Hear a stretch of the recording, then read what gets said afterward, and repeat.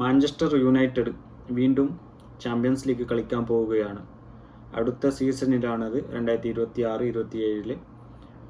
ഇന്ന് നടന്ന മത്സരത്തിൽ ലിവർപൂളിനെ 3-2 തോൽപ്പിച്ചതോടെ അവർ ചാമ്പ്യൻസ് ലീഗ് സ്ലോട്ട് ഉറപ്പാക്കുകയായിരുന്നു. ചാമ്പ്യൻസ് ലീഗിൻ്റെ പുതിയ ഫോർമാറ്റ് ആയതിനു ശേഷം 2024 ചാമ്പ്യൻസ് ലീഗിൻ്റെ ഫോർമാറ്റ് മാറുന്നത്. അതിനുശേഷം അവർ ചാമ്പ്യൻസ് ലീഗിൽ കളിച്ചില്ലായിരുന്നു. 24-25, 25-26 സീസണിൽ അവർ കളിച്ചില്ലായിരുന്നു. ഇന്ന് അവർ ചാമ്പ്യൻസ് ലീഗ് യോഗ്യത ഉറപ്പാക്കിയതോടെ 26-27, അതായത് അടുത്ത സീസണിൽ അവർ ചാമ്പ്യൻസ് ലീഗിൽ പന്ത് തട്ടാൻ ഉണ്ടായിരിക്കുന്നതാണ്. പിന്നെ അവർ ജനുവരിയിലായിരുന്നു റൂബൻ അമോറിമിനെ സാക്ക് ചെയ്ത് ഒരു കെയർ ടേക്കർ മാനേജർ പോലെ മൈക്കൽ കാരിക്കിനെ കൊണ്ടുവന്നത്. അദ്ദേഹത്തിൻ്റെ കീഴിൽ മികച്ച പെർഫോമൻസ് ആണ് ഇപ്പോൾ നടത്തിക്കൊണ്ടിരിക്കുന്നത് മാഞ്ചസ്റ്റർ യുണൈറ്റഡ്. ഈ ഇടക്കാലത്ത് 1-2 കളി മങ്ങിപ്പോയിരുന്നു. അതല്ലാണ്ട് അതിന് മുമ്പ് കളിച്ചതും അതിന് ശേഷമുള്ള മത്സരങ്ങളെല്ലാം എടുത്തു നോക്കിയാൽ അതിഗംഭീര പെർഫോമൻസ് ആണ് അവർ നടത്തിയിട്ടുള്ളത്.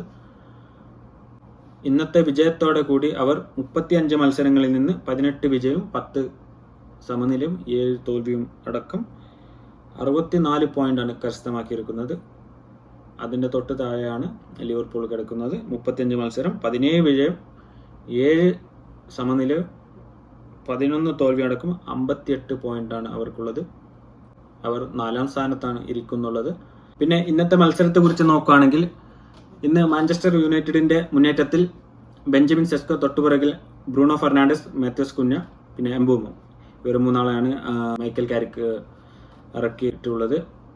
പിന്നെ ലിവർപൂളിനെ നോക്കുകയാണെങ്കിൽ ഗ്യാപ്കോ, തൊട്ടുപിറകിൽ ഫ്ലോറിയാൻ വിഡ്സ്, സബോസ്ലൈ, പിന്നെ ഇന്നും സ്ഥിരമായി ഫുൾ ബാക്കായി കളിക്കുന്ന ഫ്രിംഫാങ്ങിനെയാണ് റൈറ്റ് വിങ് ബാക്കായിട്ട് ഇന്ന് കളിപ്പിച്ചിരുന്നത്.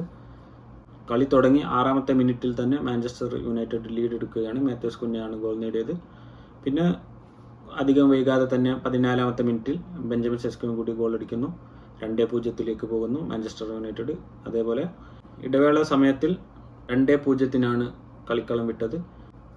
പിന്നെ 2ാം പകുതി തുടങ്ങി 2ാമത്തെ മിനിറ്റിൽ തന്നെ സബോസ്ലൈ ഗോളടി തുടങ്ങി വെച്ചു. അവർ മറുപടി ഗോൾ അടിക്കാനുള്ള ശ്രമത്തിലായിരുന്നു. അതവർക്ക് ഫലം കണ്ടു. പിന്നീട് 56ാമത്തെ മിനിറ്റിൽ ഗ്യാപ്കോയുടെ കൂടി ഗോൾ വന്നതോടെ മത്സരം സമനിലയിലേക്കായി. പിന്നെ 77ാമത്തെ മിനിറ്റിൽ കോബി മൈനോയുടെ ഗോൾ നേടി മാഞ്ചസ്റ്റർ യുണൈറ്റഡിനെ മുന്നിലേക്ക് എത്തിച്ചു. 3-2 എന്ന രൂപത്തിലാക്കി. പിന്നീട് അങ്ങോട്ട് നീക്കങ്ങളൊന്നും നടന്നില്ല. അതോടുകൂടി മാഞ്ചസ്റ്റർ യുണൈറ്റഡ്